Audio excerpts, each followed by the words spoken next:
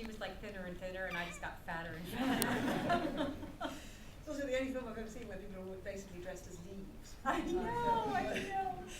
Were you a Cirque film at the time, a Cirque fan at the time of making that? I mean, I'd certainly seen, I'd seen, not All That Heaven Allows, but, oh gosh, what's the one? Imitation of Life. Imitation of Life is one of those movies that had been on, it was always on every other Saturday or something, so I'd seen that and I kind of loved it. And loved, that's something that's in our DNA, I think, particularly as Americans, that sort of, that 50s melodrama stuff, because it was always on television. It was always on the Saturday afternoon movie and stuff, so. And I still can't quite work out how he managed to avoid it being a kind of parody of a Cirque film, but actually gives it real kind of soul and heart. And I think it's because of the way that that your performance goes. I genuinely think that.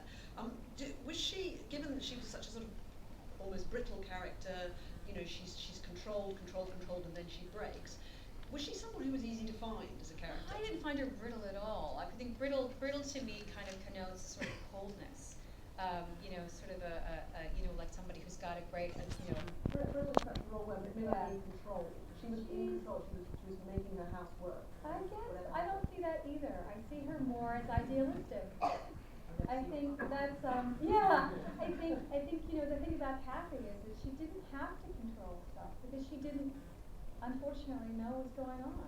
The idea that her husband could be in love with another man was anathema to her. Like, why would that happen? And if he didn't love her, it must be her fault. She must not be doing something right because her life is perfect.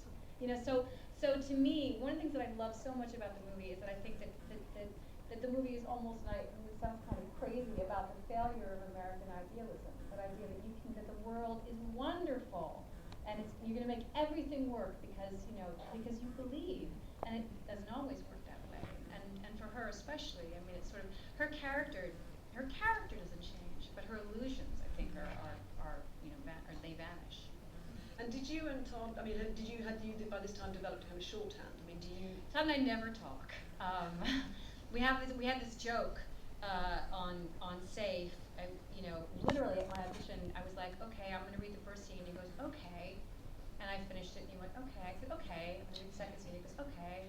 And I said, okay. And then I said, are you okay? Then he goes, no, the third one. I went, okay. And I said, okay, bye. That was it. And that's what we, kind of continue to do. We don't really, and even on Far From Heaven, we had a read-through early on, because I said, okay, listen, I feel like I hear something in my head, and I want to make sure I'm on the right track. So before we talk about anything, we did a read-through with Dennis Quaid, and let's just see if it's all right. And so I did it, and he was like, yeah, that's right. So we don't really talk a whole lot. The film obviously, kind of had massive critical success, not least with an Oscar nomination for you. Does that come with any kind of downside? I mean, any? No. Isn't there enormous pressure for what you do next? No. Are you kidding? It just helps you get another job. That's bring it on. It's like welcome. You're like thank you. No, it's great. There's no downside. Okay, and of course you did bring it on because you got 2 nominations in that same year. Did you find you were with one for the hours and one for this? Did you find you were kind of competing with yourself? Listen. As much that's I mean, obviously it's nothing to sneeze at. But you do kind of want to, in that same way that every film is your baby, or you'd like to have, you like each one to have its moment. So when you got 2 at the same time, it's like having twins. I don't know. But no, you don't want to have Stephen like that show. Yeah. You don't want to. It's not. It probably would be nicer to be able to focus on one or another, but don't look a gift horse in the mouth, as they say.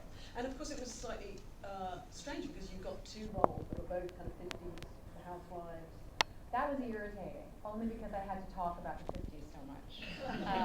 And also they were so different, so inevitably you'd be doing an interview and somebody would say, well, clearly you play 50s housewives and that's what you do. And I'd be like, oh, God, that is sort of, they were so far apart. They were such different characters. Like I said, Kathy was someone who was an idealist and Laura Brown was someone who was deeply Brown. In the press. And we